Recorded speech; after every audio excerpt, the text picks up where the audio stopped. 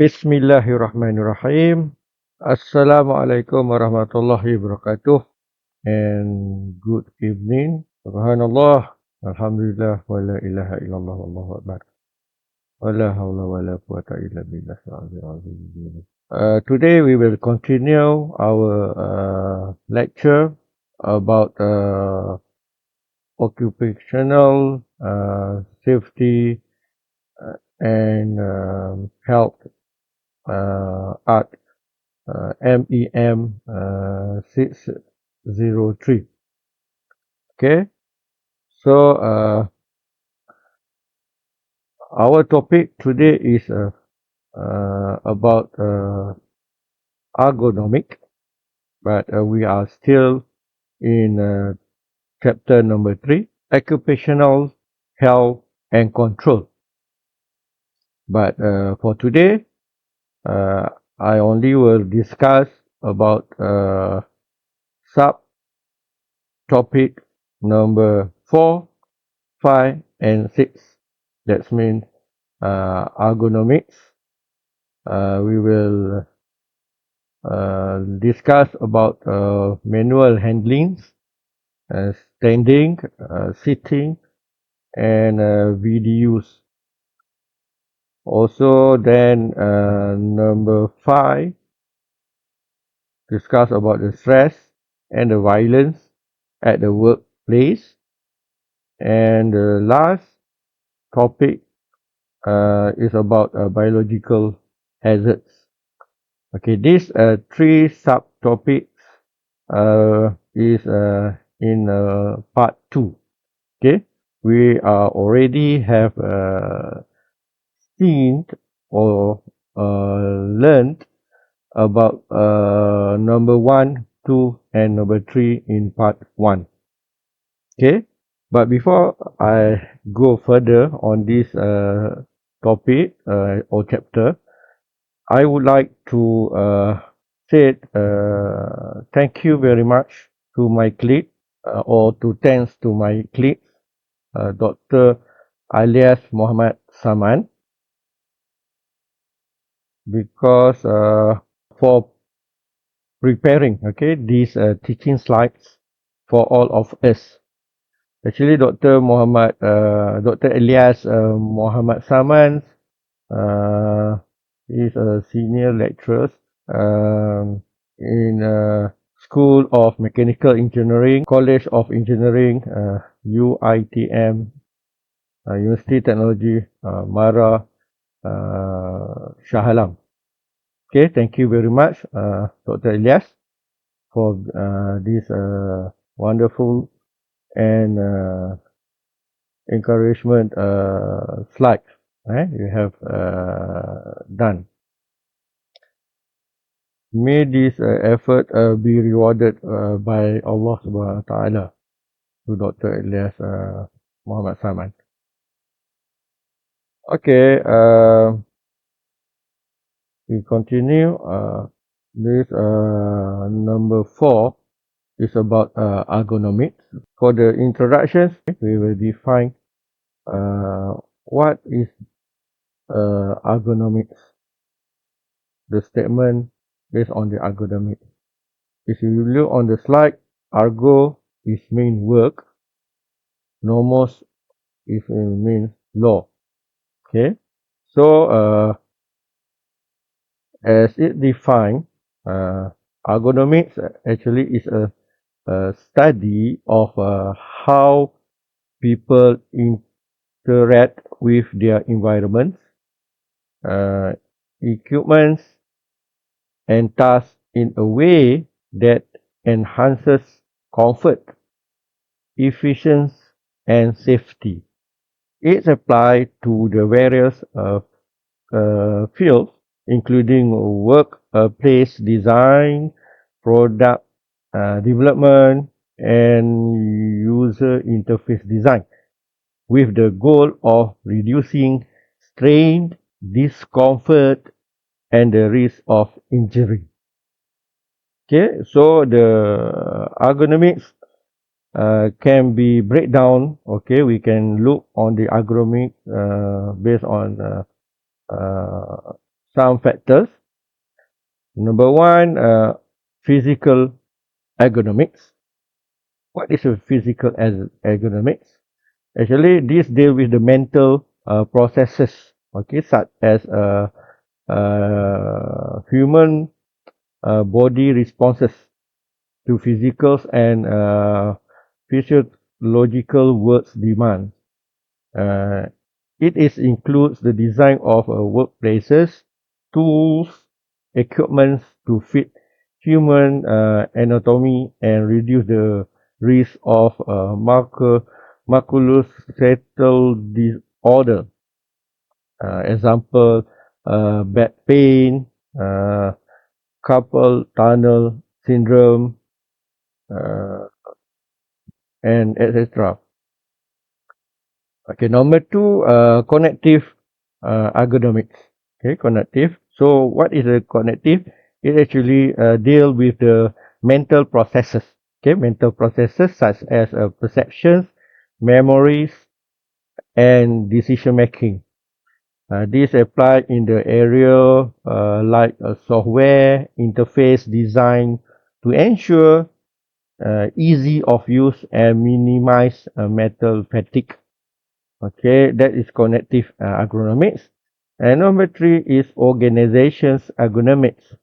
So this involve of optimization system, procedures, and policies within the organizations to improve communication, teamwork, and overall workflow efficiency. Why ergonomics are so important? Okay, uh, some of it said it is to improve productivity, okay, as well as design workspace, help employees work more efficiently, uh, injury prevention. So it's we're reducing repetitive strain, poor posture, and over exertions, lower injury risk. Also, the benefits of ergonomics is enhanced comfort, comfortable environments, contribute to better focus and job certification. And of course, it will reduce costs. Okay, fewer injuries and better efficiency can reduce healthcare and operational costs for organizations. Okay, that is four of the benefits or why the importance of ergonomics. Okay, example of the ergonomic applications we can look on the office design, product design, and also workplace procedures. Okay, in ergonomics, it also have regulations and guideline. So the guideline of this ergonomics, actually we can follow the Occupational Safety and Health Administrations, the OSHA, OSHA. They provide ergonomics guidelines to help employers reduce the risk of musculoskeletal disorder (MSD) or create safer, healthy workplaces. While OSHA does not have a specific ergonomic standard for all industries, it offers industry-specific guidelines and general recommendations of reducing ergonomic hazards. Okay, the general guidelines that based on the OSHA, actually we can divide it into several numbers. Number one, identify risk factor. Okay, how we can identify risk factor? Ergonomic risk factor can be linked to musculoskeletal disorder. This include repeating repetitive motions, uh, forceful exertion, um, outward postures, vibration, and static postures. Okay, and number two is conduct ergonomic assessment.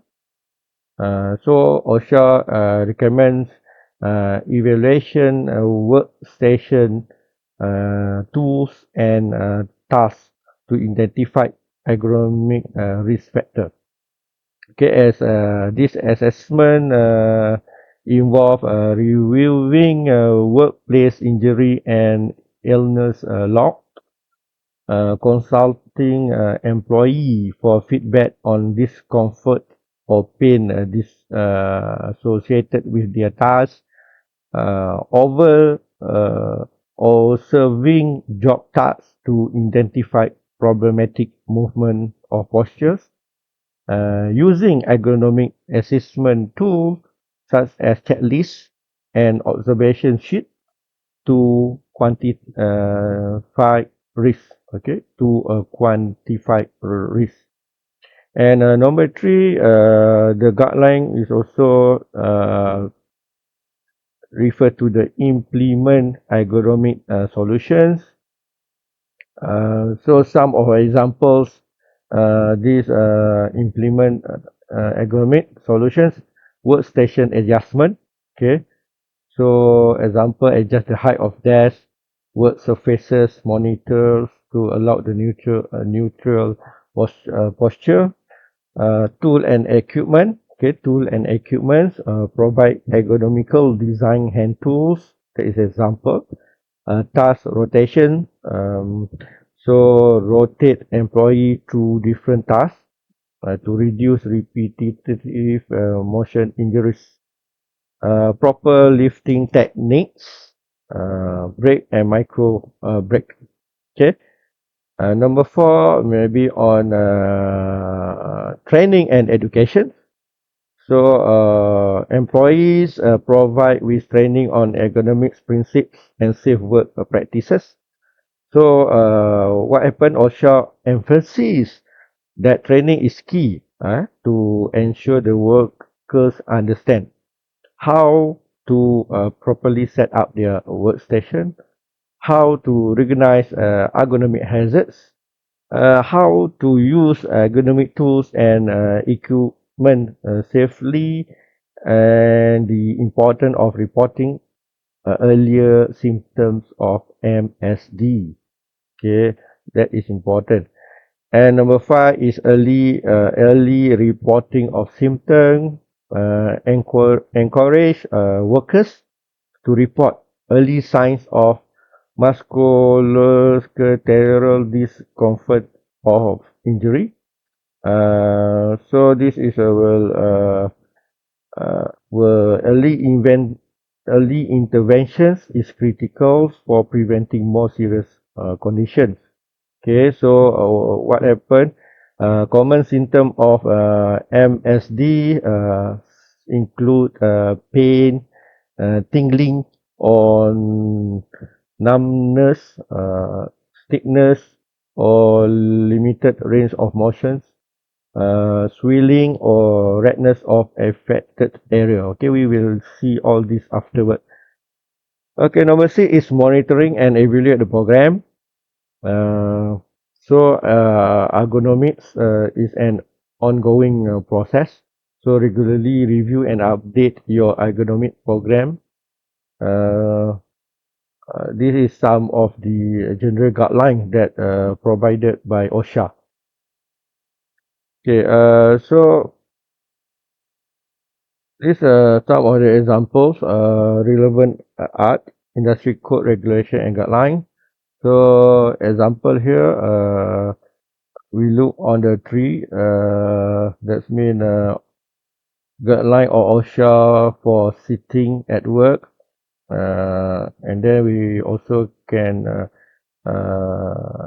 see the example of working in a video display unit, VDU, and also standing at work. Okay, this is three examples of the guidelines that can we see. So, firstly, we go on the manual handlings of materials. Okay, actually, the it is referred to the physical task of lifting. Okay, lowering and then carrying, pushing, pulling, or moving objects. That is all of manual handling of material. Improper manual handling actually is one of the most common causes of musculoskeletal disorder, or in other words, I will say MSD. Okay, including back injuries, uh, sprains, and strain. Okay, actually to prevent these injuries, the OSHA provide recommendations for safe manual handling practice. Okay, some of the guidelines that come from for OSHA. Number one, plan before handling. Okay, plan. That's mean you have to before you assess the load, before lifting or moving any object, assess its size, shape or weight. It is too heavy or awkward, sit, help or use mechanical aids. Okay, clear the path. Laluan nak lalu tu, clear the path. Ensure the path is free of any obstacles and the destination is ready to receive the object. Know the limit. Okay, know the limits. OSHA recommends keeping manual handling tasks within acceptable weight limits. As a general guideline, limit lifting to 35 pounds when performed frequently. 35 pounds is exactly approximately 15 to 16 kilogram. Okay. Okay. Number two, use proper lifting technique. Okay. Get close to the load, and then stand close to the load, keeping it near your waist. The closer the object is to you, center of gravity, the less strain of your body. And then lift with your legs, not your back. Okay, use your leg, not your back. Keep your back straight and bend your knees. Push through your legs to lift, keeping your head up and your back neutral. Avoid twisting or bending. Okay, so turn your feet instead of twisting your back while moving the load. Bend your knee, not your waist, when lowering the load. Use a power grip.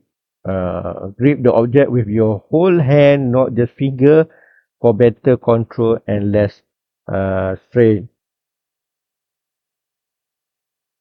Number three, avoid over exertion. Exertion, that means team lifting. Okay, split the load and then use mechanical assistance. Number four, maintain good posture. Keep the load close to the body. Maintain the neutral sprite. Portions fit for stability. Um, Number five, limit repetitive motion. Okay, minimize repetitive lifting. Okay, and then take break. Number six, push rather than pull. Okay, push, not pull. Pushing is safety. Use proper techniques. Use proper PPE. Okay, that means properties, personal protective equipment. Wear supportive gear such as glove, belt, and other protective equipment may be required depend on the task and environment. Reduce the distance of carrying, optimize the work layout, and also store heavy item of optimal height. Number 9, training for safe manual handling. Educate workers, so training employee on proper lifting techniques and recognize ergonomics hazards is crucial for injury prevention. So make sure workers are trained to assess the load and environment before lifting. Use safe lifting practices, recognize their physical limitation and seek assistance when needed. Earlier reporting of injury. Okay, number 10, implement administrative control. Implement administrative control where job rotating, rotate workers between tasks to reduce repetitive motion, not just only one person, one workers. Be plan or do the schedule job. Workstation design, so organize workstations and workflow to minimize manual handling. So reducing the frequencies and weight of material workers must handle. Common types of manual handling injuries, back injuries, okay, shoulder and neck strain, hand and arm injuries. So mechanical aids for material handling, maybe you can use a crane, leaf, okay, forklift, pallet jack, conveyor, charts and dollies. Okay, it depends on the environment. If you are in industry, so this is the things that you have to consider. So that is for manual handling material.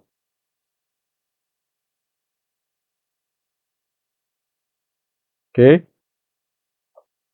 Okay. Occupational disasters in Malaysia. Occupational diseases in Malaysia. Okay. This is from DOS 2014. If you look in this slide, you will see number 1, muscular skeleton disorder is 6.5%. Okay, it's quite bigger percentage based on another diseases. Lung diseases 6.6%, and a big contributions came from noise induced hearing loss 77.3%. Okay, that is the diseases that happened in Malaysia from DOSH 2014. Okay, that is quite serious. So we have to do something. So, but now we will discuss about manual handling. Okay, manual handling is based on the musculoskeletal disorder, 6.5%. Okay, 6.5%. So, risk management on manual handling. Okay, risk management.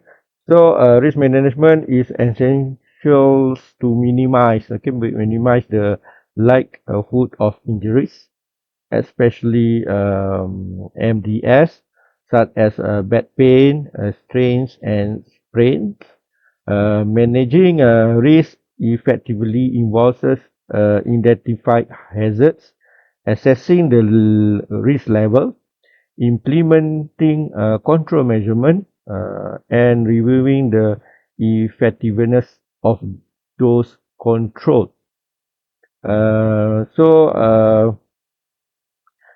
The comprehensive approach to this risk management in terms of manual handling, we can categorize in number one, identified hazard. Okay, identified hazards. The first step is to identify potential manual handling hazards in the workplace that could lead to injuries. Okay, common hazards are heavily loads, awkward postures, repetitive movement, forceful exertion, unsafe handling techniques, slippery or uneven surfaces, limited grip or poor handling. Okay, number two, assess the risk. One hazard has identified. Assess the level of risk associated with the manual handling task. The following factor that you should be considered when evaluating this risk, look on the weight of the load, frequency and durations, posture and body mechanics, workplace condition, okay, and then individual capability, okay. And then use a risk assessment tool. Example, use ergonomics assessment tool, lifting, equation calculator, posture analysis, manual handling checklist to quantify the risk. And then gather input for the employee who perform manual handling tasks as they are familiar to the potential challenges. Okay. Next is control the risk. Okay. Control the risk. After assessing the risk, implement control measure using the hierarchy of control, which prioritize eliminating or minimizing hazards as much as possible. Okay, hierarchy of controls. Uh, Try to elimination. That means remove the need of manual handling by automating tasks or designing processes. Substitutions, replace high-risk tasks and material with safer alternative. Engineering control, modify the workplace layout and equipment to reduce the physical demand on manual handling. Administrative control, implement procedures and policies that minimize exposure to risk. Safe work practices, personal protective equipment. Okay, what I have discussed here actually has been discussed in part 1. Okay. Okay.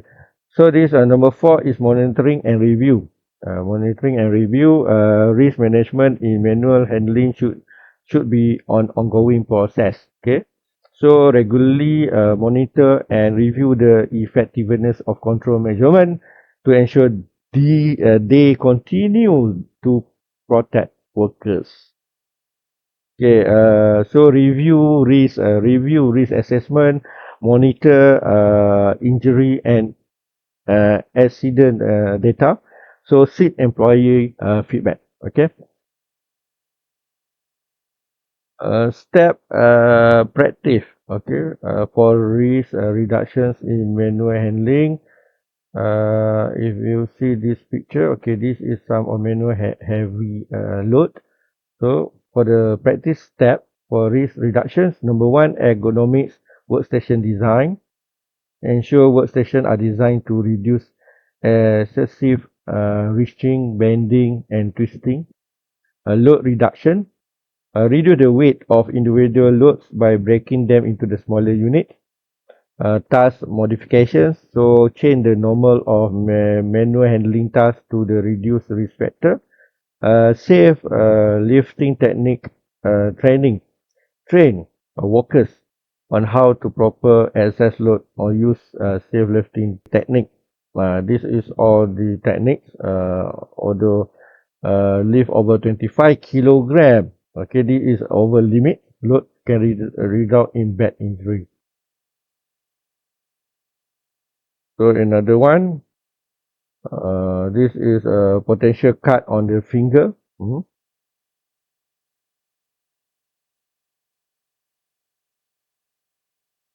This one, odd shape.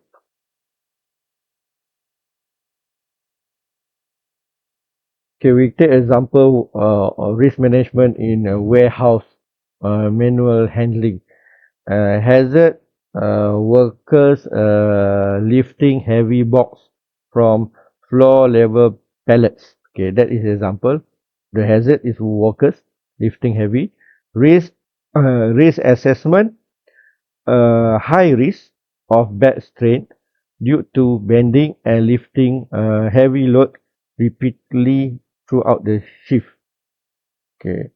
Control measurements, engineering control. Introduce pallet jack or lift table to raise box to waist height. There is some uh, uh, solutions. Administrative control. Train workers to use team lifting for heavy box or rotate tasks between workers to reduce repetitive strain. Safe work practice. Ensure workers use proper lifting techniques to provide lifting aids like trolleys for transporting boxes over longer distances. That is one of the example, okay, how you tackle the risk management. Okay, these some injuries come from manual handling, shoulder pains, under back pain, slip, fall from the ladder, cut. So this picture show the proper lifting aids. I mean, in the bead industry, lifting aids, proper manual handling, selection of PPE for manual handling. Okay, this is important, essential to minimize the risk of injury to provide worker with the necessary support or or protection.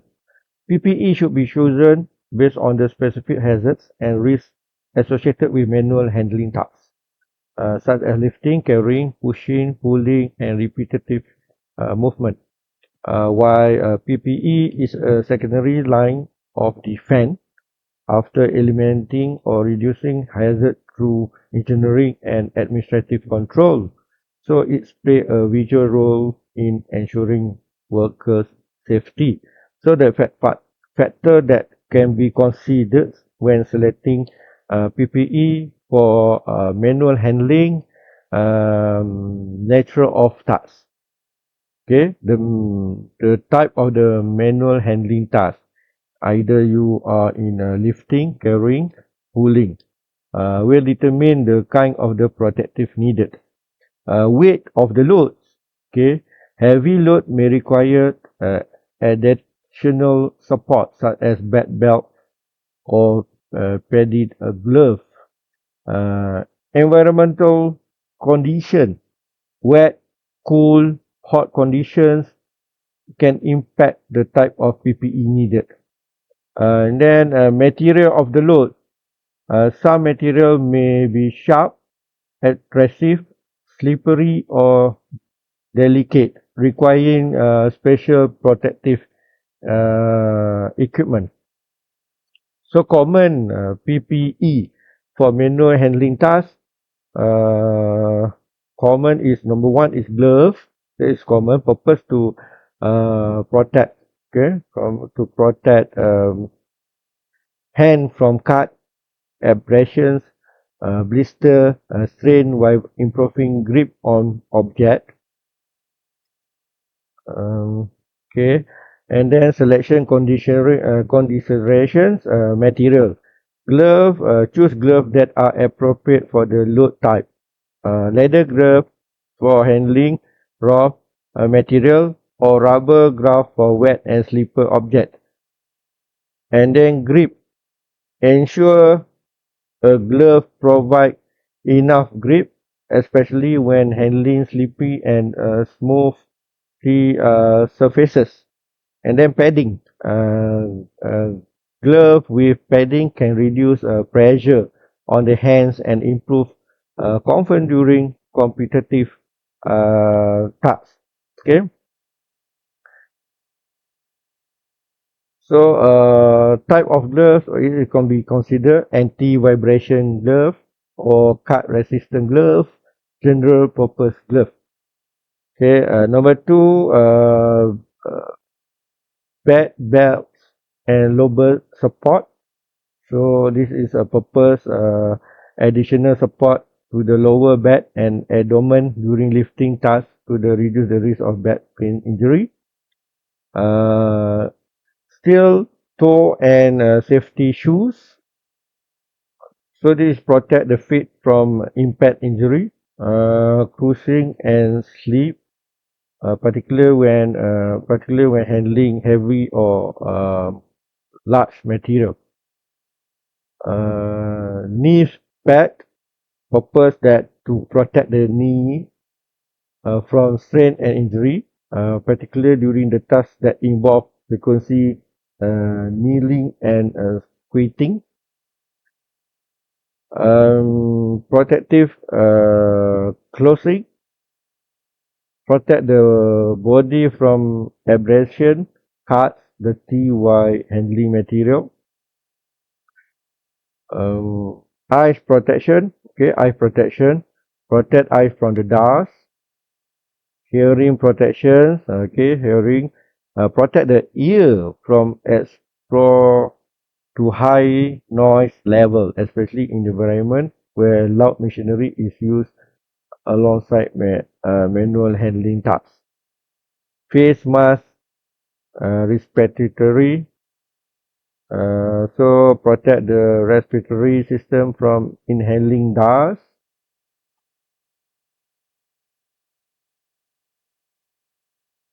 And all type of the PPE is important. Okay,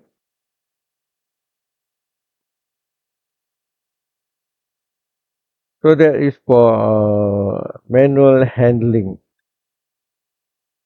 So now we discuss about how the ergonomics style or the ergonomics been applied for another example of hazards. This is based on the standing at work. Okay, the guideline on the occupational safety and health for standing at work. Okay, this is one of the serious injury. Standing for prolonged periods is a common equipment in many workplaces, such as manufacturing, retail, healthcare, and hospitality. Also in the kitchens, in the hotel industry. Okay, while standing is a natural human posture, prolonged standing without the ability to sit or change position can lead to fatigue, discomfort, and long-term health issues such as musculoskeletal disorder (MSD) and also circulatory problems. So this is one of the examples from OSHA for standing work.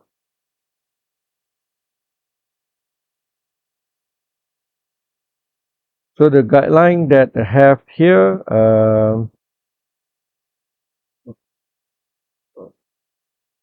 try to minimize the risk associated with standing.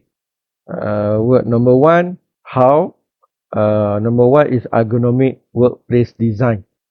A well-designed work uh, environment that minimize the physical strain of standing can help reduce fatigue and prevent injuries. Workstation design. That means height of the adjustability. Workstation could be adjustable to allow workers to perform tasks at comfortable height. Okay, and then foot rest or rail, provide foot rest or rail so workers can shift their weight between their legs, helping to reduce strain and lower back and leg. Anti-fatigue mat.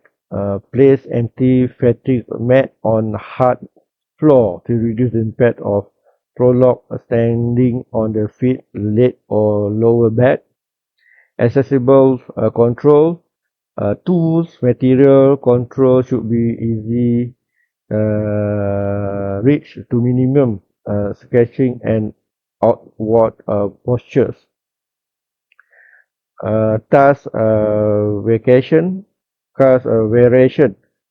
Where possible, workstations should allow the workers to switch between sitting and standing posture. All the guideline.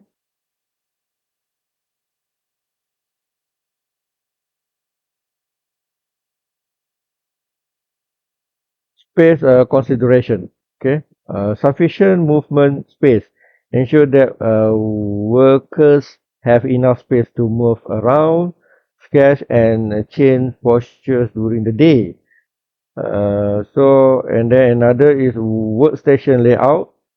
Uh, Organize tool, material, equipments to minimize the needs for excessive bending, reaching, and twisting while standing.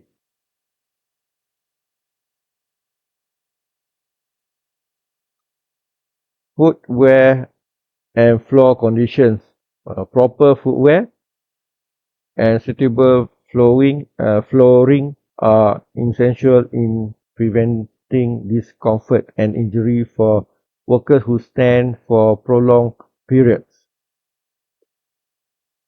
Footwear, supportive shoes. Workers should wear shoes with proper uh, arch support and cushioning to minimize strain on the feet and lower back. Non-slip shoes is an environment where standing occur on the slippery floor. Shoes should offer non-slip so to reduce the risk of fall and slip. Comfortable fit. Ensure shoes are not too tight and too loose to avoid bleated, uh, colluses, or circulation issues. Flooring. Shock absorbing floor. Use flowing material. Floor conditions. Keep floor dry, clean, and free from debris to avoid slip. Uh, Number three is posture and movement. Encourage good posture and regular movement can help prevent musculoskeletal problems related to the prolonged standing. Good posture, standing positions. Okay, this is important. Foot positions and encourage workers to alternate resting one foot on a fixed rest, rail or low stool to release pressure on the lower back. Head and shoulder, keep the head in line with the spine and avoid leaning forward or rounding the shoulder. That is important, head and shoulder. Movement, shift weight, sketching and micro break.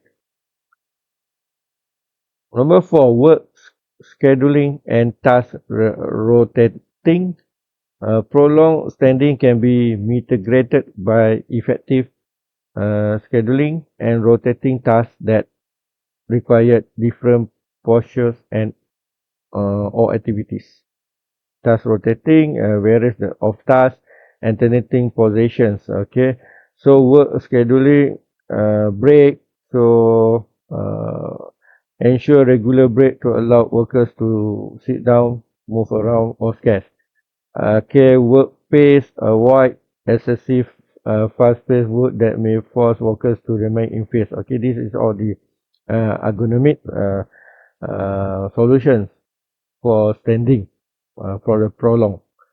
Okay, training educations, providing workers with training on proper standing technique and ergonomic principles is crucial for long-term health and safety.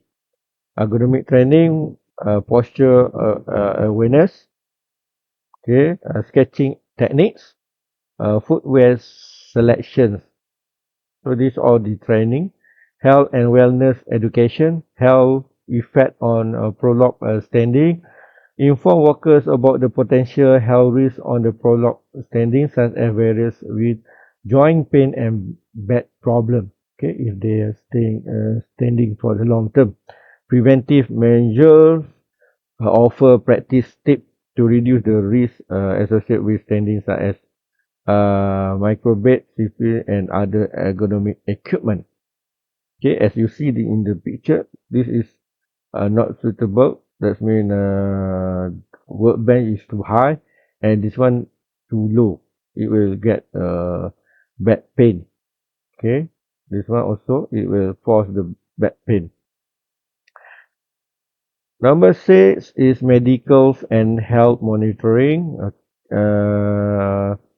Regular health monitoring can help identify and address issues related to the prolonged standing before they develop into serious health problems.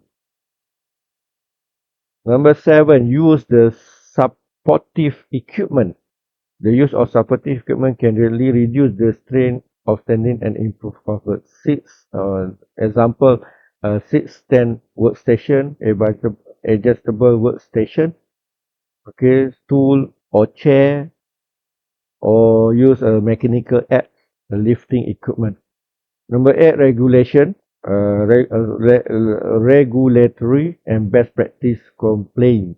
Ensure that workers practice complaint with occupational safety and health regulation related to standing. So these all important for the standing work. So as the conclusion for the ergonomics in the standing work, prolonged standing can pose significant health risks if not properly managed. Okay, by incorporating ergonomic design, proper footwear, regular movement, task rotating, and training, employers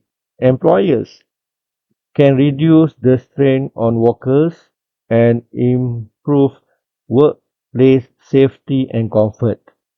Monitoring the health and well-being of workers and providing them with supportive equipment and adequate breaks ensures that the risks associated with standing are minimized.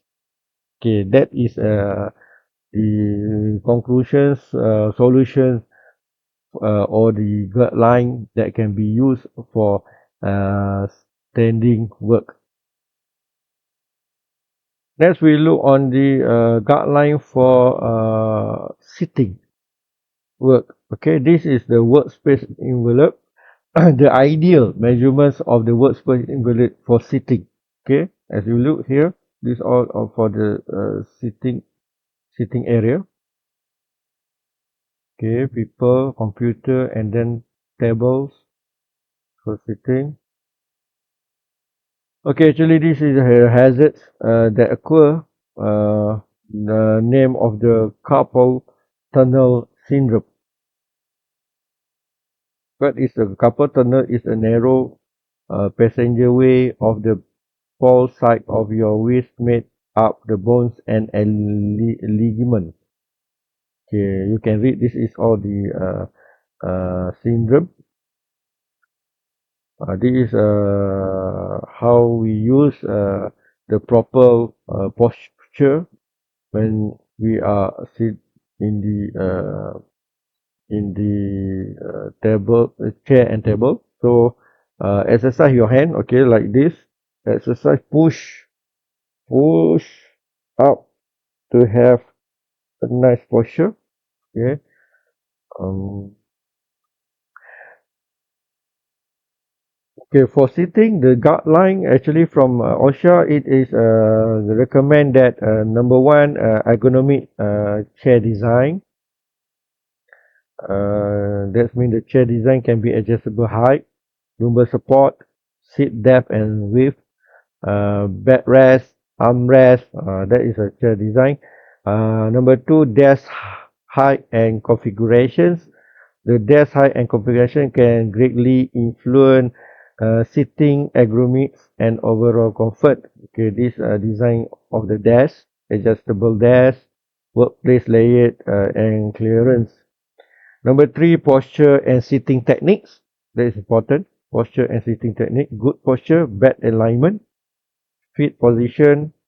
Feet should rest flat on the floor or on the footrest with knees appropriately at hip level or safety below. Okay, foot like this picture. Feet on the floor. Okay, knees 90%, bed angle 90% straight. Okay, screen positions or the computer should be like this. Okay, good position. Number four, encouraging movement and breaks. Regular movement is essential to counteract the effect of prolonged sitting. Okay, that means frequent break, a short break, 5 to 10 minutes every hour to stand, sketch, or walk around. And then training and educations provide training on proper setting, posture, can significantly improve workplace environment. Monitoring and feedback. Regular monitoring feedback can help ensure the sitting environment are maintained and improved over time. Use the supportive equipment. Uh, Supplemental equipment can enhance comfort and support for seated workers. Number 8, comply with regulation and best practice. Okay, ensure adherence to occupational safety and health regulation related to sitting and ergonomics. So for the conclusion, for the example of the guideline for sitting work, um, promoting proper sitting ergonomics in the workplace is essential for ensuring employee comfort, health, and productivity. Okay, by providing ergonomic sitting solutions, encouraging good posture, promoting movement, and offering training and support, employers can create a healthy work environment that minimize the risk associated with the prolonged sitting. A regular assessment and feedback mechanism will help maintain a high ergonomic standard and adapt to evolving needs for the workplace. Okay, that is important for sitting. And okay, these are some of the short video, short movie. You can sit back and enjoy the animations here about your back. About your back. Okay, I just open one for you.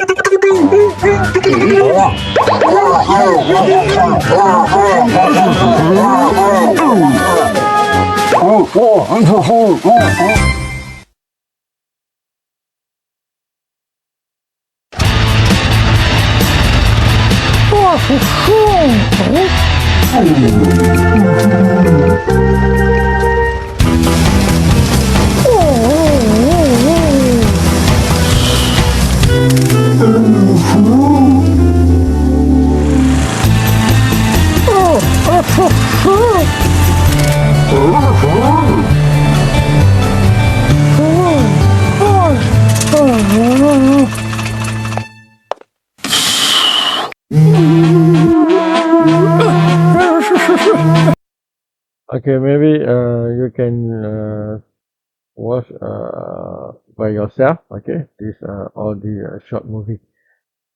Okay, based on this YouTube link. Okay, this is another one. This also the another one, and this is another one. Okay, the regulation for sitting at work. What we have discussed early. Workstation, how it's found for the general principle of sitting workstation. Okay, how to do. This is the example of sitting and workstation layout.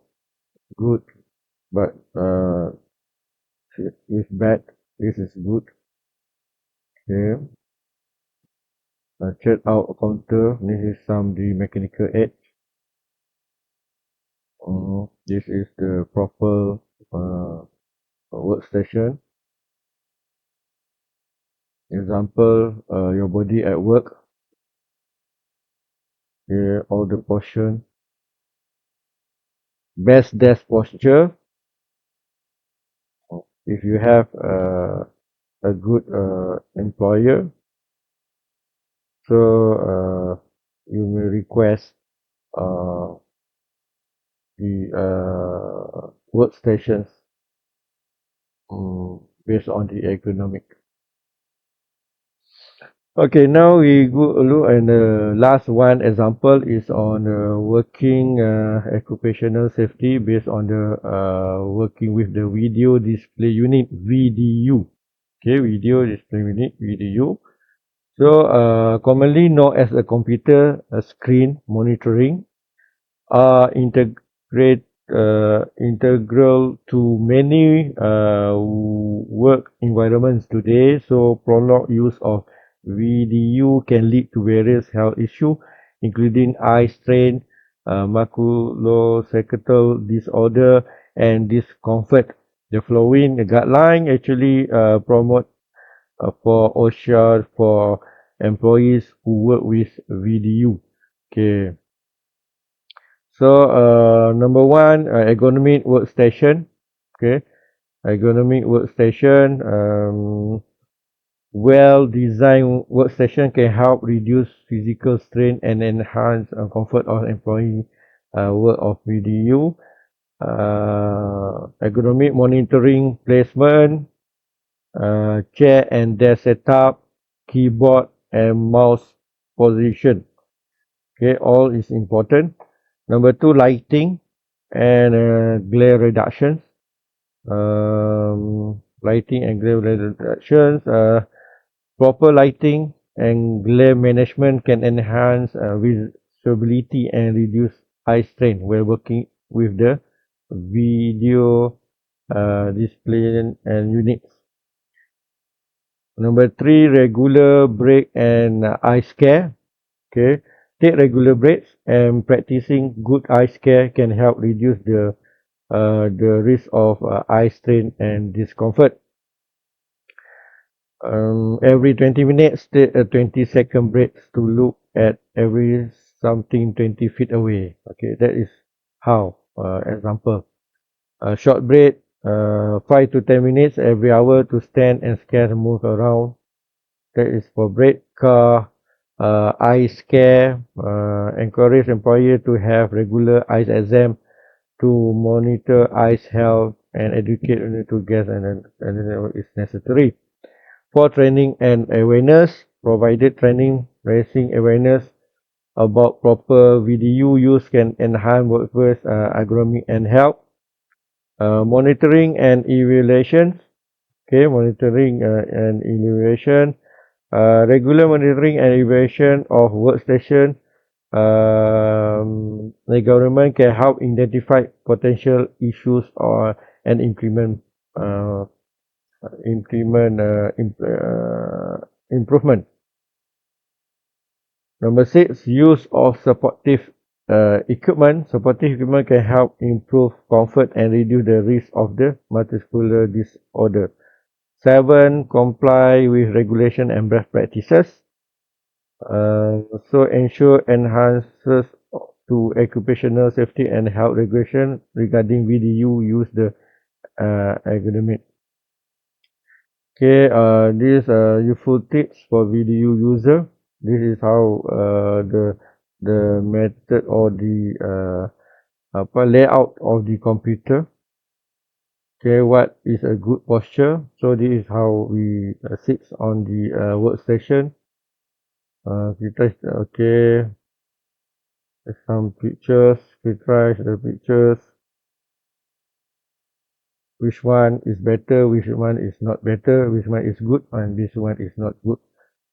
So, working with VDU can pose health risks if proper environment and safety measurements are not implemented. By promoting ergonomic workstation design, encouraging regular breaks, providing training, and using supportive equipment, employer can create a healthy work environment that minimize the risk associated with prolonged DVU use. So regular monitoring and adherence to OSHA regulations will further enhance the well-being productivity of employees working with video display units. Okay, that is for subtopic number 4. Okay, ergonomics. Continue subtopic number 5. Stress and violence at a workplace.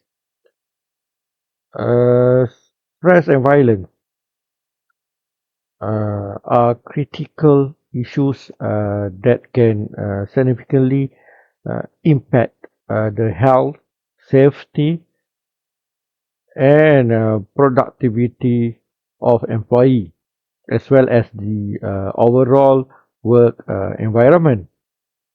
Um, so in this subtopic, uh, stress that can happen in a workplace arise when employee feel overwhelmed, underappreciated, or unable to meet the work demand.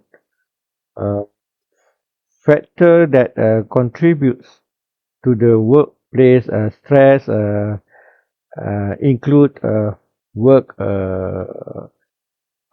high workload, that means excessive tasks, tight deadline, and long hours, poor work-life balance, lack of flexibility or personal time due to job demand, job insecurity, fear of job loss or uncertain future prospect, lack of control, inability to influence decisions affecting one's job or a sense of powerlessness, conflict, interpersonal tensions between colleagues and or supervisor,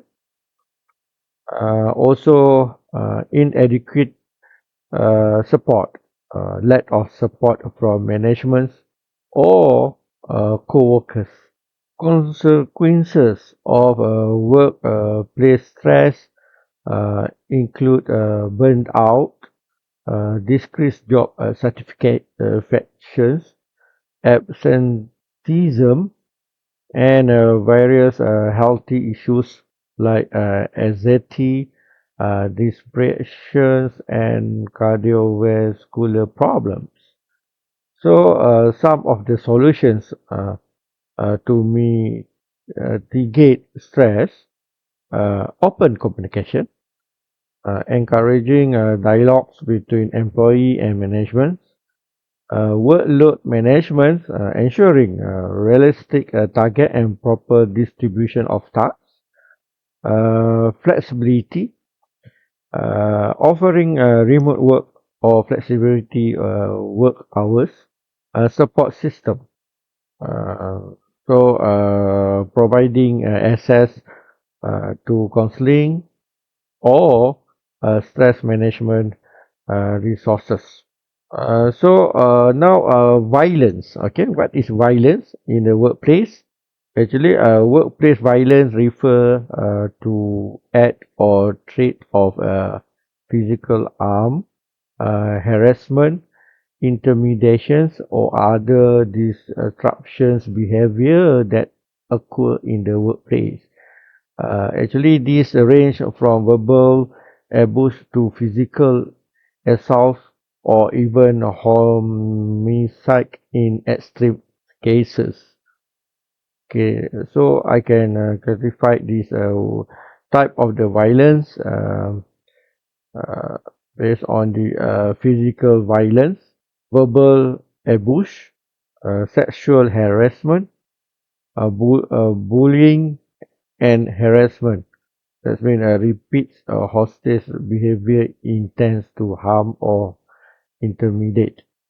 Cause of the work violence, high stress environment, stressful working conditions may exacerbate tensions, poor conflict resolutions mechanism, lack of the effective processes to handle disputes, inadequate security, that means insufficient safety measurements in place to protect employer, personal factor, um, domestic issues or personal mental health problems that spill into the workspace. So for preventing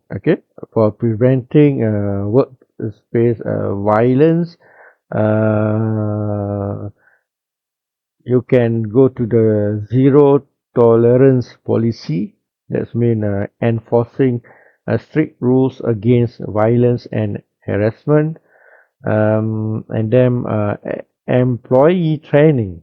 So offering training on conflict resolutions, stress management, or recognizing early sign of violence. Also can prevent by security measures, installing a security camera, emergency alarms, or having security personnel when necessary. Support for affected employee, providing counseling, and ensuring proper follow-up after violence incident. Okay, when we combine together, so the intersections of the stress and violence, high stress environments can be breeding ground for workplace violence, as unresolved stress may lead to the aggressive behavior. Addressing workplace stress proactivity can help prevent the escalations of conflicts into violence. A healthy, respectful workplace culture with emphasis on the mental well-being and safety can reduce both stress and violence. Creating the positive workplace, promote mental health awareness, encourage work-life balance, um, foster a culture of respect and inclusions, establish clear reporting mechanism for grievances and incidents. Both stress and violence in the workplace required consistent efforts from both management and employee to create a safe and supportive environment. Stress and violent recognitions. Recognition, stress and violence in early sign of stress and violence is essential in preventing serious consequences in workplace. Okay, the key indicator for both stress and workplace violence can be divided or can be suggested. Number one, recognizing stress in the workplace. Workplace stress can manifest in various physical, emotional, and behavioral signs. Recognizing these signs earlier can help address the root causes because they escape into burnout or other serious health problems. Sign of the stress, physical symptom, um, like frequent headaches or migraines, muscle tensions or back pain, fatigue or lack of energy, difficulty sleeping, insomnia, or excessive sleepiness, stomach problems such as indigestion, ulcer, or nausea. That is for a physical symptom. When you look for the emotional symptom, anxiety or feeling of being overwhelmed, irritability or anger, even in the minor situations, mood swings, or a sense of sadness or depression, decrease motivations and feels of helplessness. When we look on the behavioral symptom, uh, it decrease productivity of performance, increase absenteeism or frequent lateness, social withdrawal from colleges, changes in eating habit, overeating, or loss of appetite, increase in unhealthy coping mechanism such as alcohol or even smoking. So, stress triggers to look for frequent overtime or long work hours, high turnover rates or team changes, lack of clarity in roles and responsibility, unreasonable deadline or workload, poor communication with management or other teams. So to deal with actions to be taken, encourage open communication, um, and provide employee with stress management resources. Okay, and monitor workload distributions and adjust if necessary. Uh, and then fosters a supportive environment while employee feel safe to express concern. And for recognizing workplace for violence, often escape from minor incidents of verbal threats to more severe situations. Early detections of potential violent behavior can prevent dangerous situations. So, sign of potential workplace violence, verbal warning sign, behavioral warning sign, physical warning sign, uh, example, unexplained injury or sign of physical altercations. Okay, emotional warning sign, example, sign of emotional instability, mood swing, explosive angles. Okay, and then uh, so common situation that can lead to workplace violence, ongoing conflicts or unresolved disputes between employee, stress job rules where emotional may run high, job terminations, and how we take actions to take this problem solve, train employee or manager to recognize early stage of violent behavior, establish and communicate a zero tolerance policy for workplace violence, have a clear procedure in place for addressing uh, incident, including access to mental healthy support and work counseling.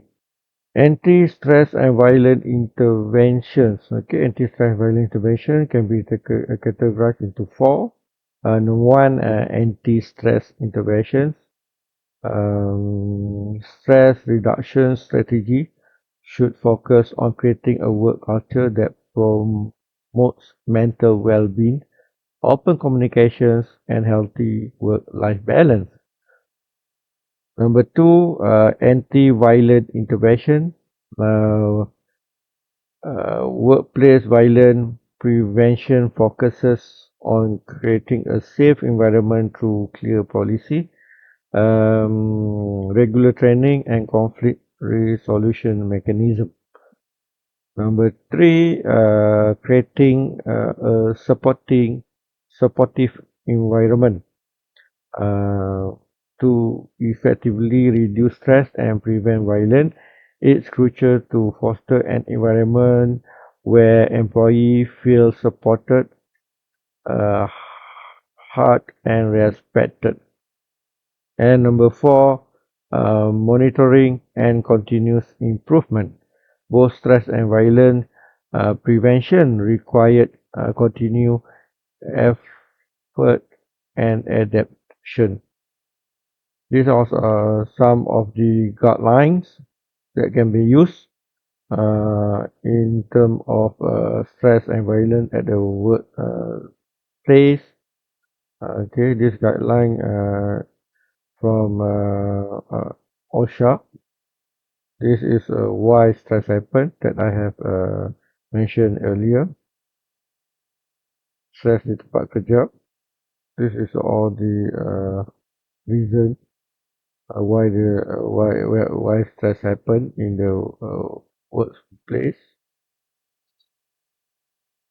Stress, what employer can do. Okay, countermeasure. I had explained earlier. And then seven sign of the workplace stress. Okay, as the summary for the stress and violence. First, we look on the stress in the work place. A cause, causes by high workload, poor work-life balance, job insecurity, lack of control, and conflicts. Or signs, physicals, fatigue, headaches, emotionals, and behavior. So interventions, proactive, using manage workload, offer flexible work arrangement, provide stress management training, and encourage break. Reactive, identify stress employee earlier, provide mental health support, and encourage open communications. Okay, for violence in the workplace, type is physical violence, verbal abuse, bullying, harassment, and warning sign is verbal threat, uh, aggressive behavior, mood swing, increased isolations or distrust. Interventions by proactive, zero tolerance policy, violent prevention training, by reactive, address incident immediately, provide support to affected employee, and establish a confident report system. Okay, this is about stress and violence. Chapter 3.6, biological hazard.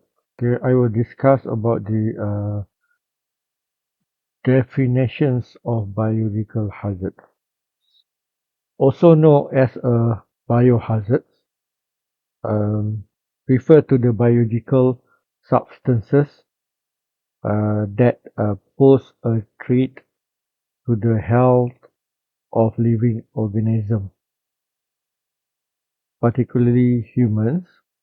These hazards can come from a variety of sources and may lead to infections, illnesses, or adverse health effects. Some of the characteristics of the biological hazards can be classified as number one, microorganism. This microorganism is example like a bacteria, viruses, fungus, protozoa. Okay, and number two, toxin. Biological toxins are harmful substances produced by living organics. Examples including botulinous toxin, aflatoxins produced by certain type of mold, venom from snake, spider, or other animals. Number three, allergens, biological substances that can trigger allergic reactions in sensitive individual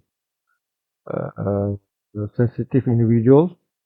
Common allergens include pollen, mold, spore, animal danders, and dust mix. Number four, prions.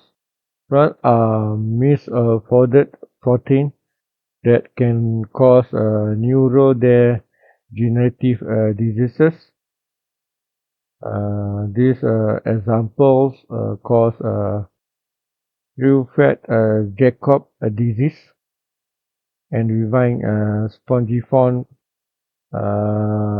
encephalopathy, mad cow disease.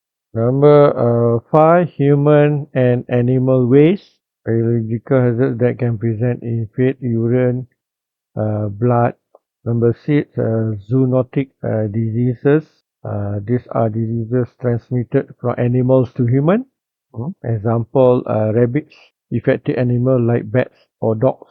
Zika virus, avian influenza, bird flu. Okay. Number 7, biological warfare agents. Biological agents that could be intentionally released uh, to cause harm in the form of bioterrorism. Okay, example, smallpox virus. That is some of the characteristics of the biological hazard. Risk and exposure in various settings. Biochemical hazards are commonly found in settings such as healthcare, laboratories, agriculture, food industry, and also school and public spaces. So, to prevent or to control the this biological hazard, uh, you can use a PPE, personal protective equipment,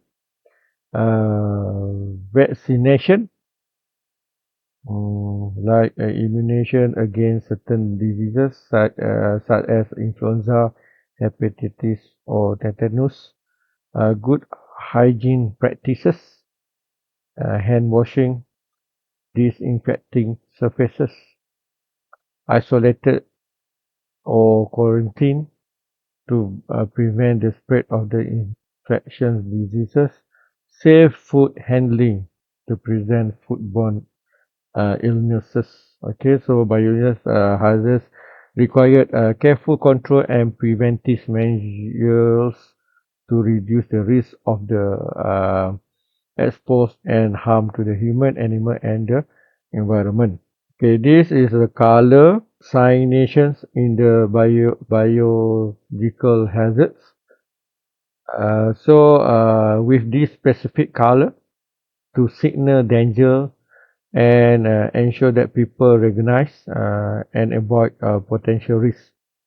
Okay, the color must commonly associate with the biohazards. Like example, bright orange or fluorescent orange or red. This the symbol is biohazard symbol, which is a three parts intercalating circular design is usually printed in bright orange or fluorescent orange, red. The purpose, these colors are used to alert individuals to the presence of biohazard material. They are highly visible and are chosen to grab attention, signaling potential danger or contamination. Use this color coding is more commonly found on the biohazard labels, waste disposed bags, sharp container, and sign in area where biohazard material are handled. Okay, another color is yellow. The symbol, sometimes biohazards warning are also placed on yellow. So, why yellow purpose? Color associated with the cautions and hazards, especially in safety contents. The yellow used for signage packaging barriers in areas that contain biohazards or biohazard waste disposal site. Another color is red. The red color associated with the dangers, and it use emphasis the needs for immediate cautions when handling. Uh, it also have color in black. Okay, the black. So the black one offer a stark contrast that makes warning symbol and label more visible and easy to read. Okay, this color is typically seen in the printed warning signs on waste bin or on the label attached to biohazard material container. Actually, these color code are part of the safety system designed to prevent exposures to harmful biological substances, ensuring the individuals can quickly recognize the risk involved, okay, and take appropriate protective measure. Classification by type of agents. Okay, we go on the labels of the biohazards. Okay, as you see here, actually biohazards are classified into different levels based on the degree of risk they pose to human health and the environment. These levels are referred to the biosafety level, BSL, and are categorized from 1 to 4. So, number 1, BSL1, low risk to healthy individual and the environment. So, precaution, standard microbiological practice. In this situation, hand washing or wearing gloves. No specific containment equipment is required. Technical lab, research on non-harmful microorganism. Okay, BSL2, that's mean biosafety level 2, moderate risk, handling agent that pose mid to moderate hazards to human. So the agent here is such as like a hepatitis B, HIV, influenza. So precaution, this is from restricted lab access. Use the PPE like glove, lab coats, and face shield. Okay. So all the material used for clinical diagnosis and research laboratory working. Biosafety level 3, BSL3. This is a high risk, okay, high risk of serious and potentially lethal infections, typically through inhalations. So the agents in here is COVID-19, uh, SARS-CoV-2. Another example is West Nile virus. So the precautions lab are designed with special ventilation system. This is safety level 3. So all work is done within biological safety cabinets. Okay, so PPE, full PPE, including respiratory protections. Use actually this material used in research and diagnosis work involving pathogens that can cause serious diseases by inhalation.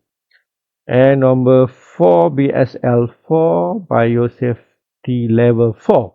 This is extreme risk, okay, with agent that pose a high risk of life-threatening disease, often with no available treatment or vaccines. So these agents are very highly dangerous, like Ebola virus. And then the precaution here is highest level contaminant, including full body air supply positive pressure suite, chute. Laboratory are isolated in specific building or higher control area. Used for government, military, or special research facility that work with higher dangerous and exotic pathogens. Okay, so as you see here, each biosafety level define the precautions and contaminating procedures necessary to prevent infections and environment release, ensuring that the appropriate level of safety is maintained depending on the potential hazards of the biological agent being handled. Okay, mode of transmission. Okay, mode of transmission. So these are all biohazards can be transmitted through a virus mode of transmission. These are the ways in which the pathogens, that means viruses, bacteria, fungi, parasites, spread from one host to another, leading to infections or disease. So by understand the modes of transmissions in essential for controlling and preventing the spread of infectious diseases. So number 1, is by direct contract transmission. Okay, direct contract transmission occur when there is a physical contact between an infected person or animals and the susceptible person, leading to the spread of the pathogen. Example like touching, kissing, or sexual contact. Okay, so disease spread by direct contact: HIV, hepatitis B, C, rabies, okay, herpes, etc. Number two is indirect contact transmission. Indirect contact transmission occur when pathogens are transferred from an infected person to the susceptible person via a contaminant object or surface. Example, touching contaminant surfaces such as doorknob, medical instruments, or toy. Okay, the diseases spread by indirect contact is MRSA, uh, RSV. Okay, that is some of the viruses.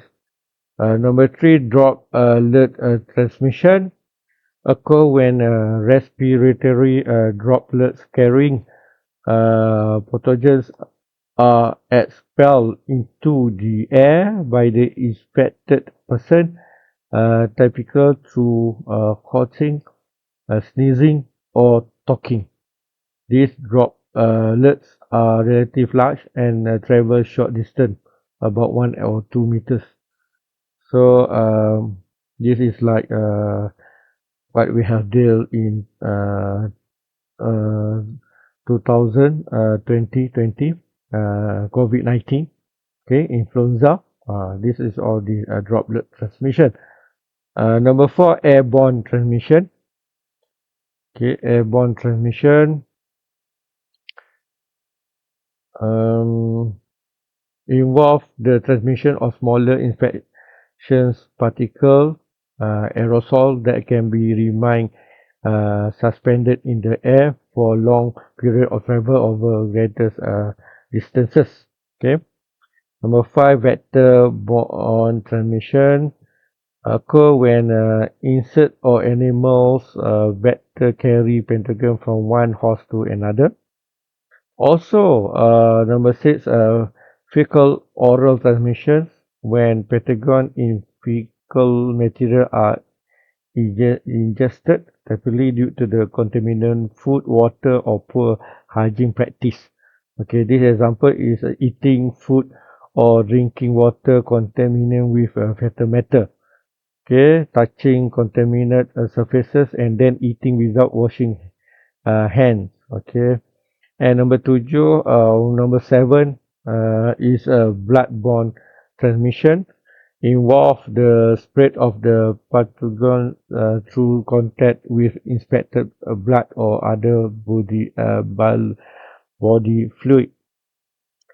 Number eight, by sexual transmission, occur through a sexual contact where pathogens are exchanged via bodily fluid. Okay. And number nine is perinatal transmission, mother to child. Okay, mother to child transmissions of pathogen from mother to child during pregnancy, childbirth, or breast feeding. Number 10, zoonotic transmissions. Pathogens, transmit from animal to human, either indirect or directly. Okay, this is like influenza, SARS, cough, uh, and rabies. Okay, so by understanding this mode of the transmissions for specific pathogens helps in developing targeted strategies for inspection controls such as hand hygienes, isolations protocols, vaccination, vector control, and public health uh, campaigns to prevent the spread of disease.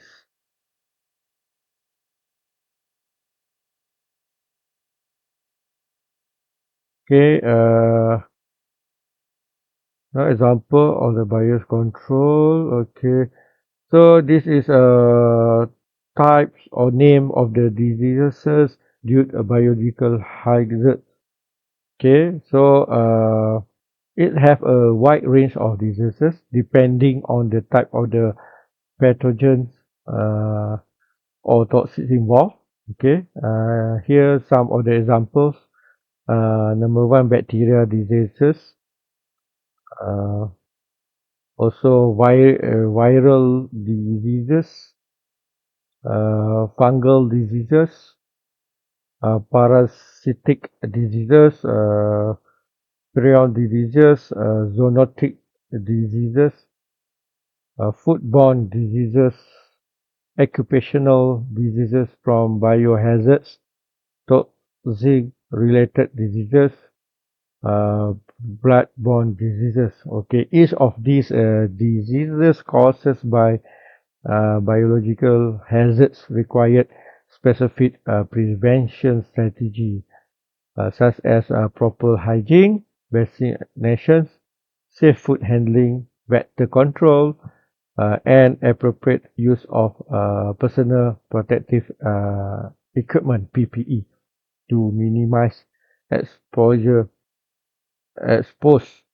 exposure and transmission.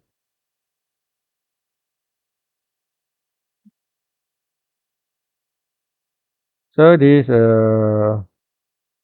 Kota Rasmi Kementerian Kesihatan Malaysia, and this all of the diseases that have in Malaysia, kencing tikus, spread from animals to human, in dengue, animal to humans, and then chikungunya, Zika virus,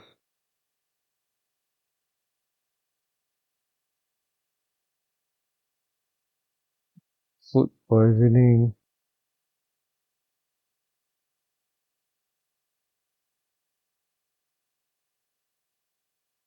rabies mean madness in Latin. Okay, rabies, mad, dog bites. Okay.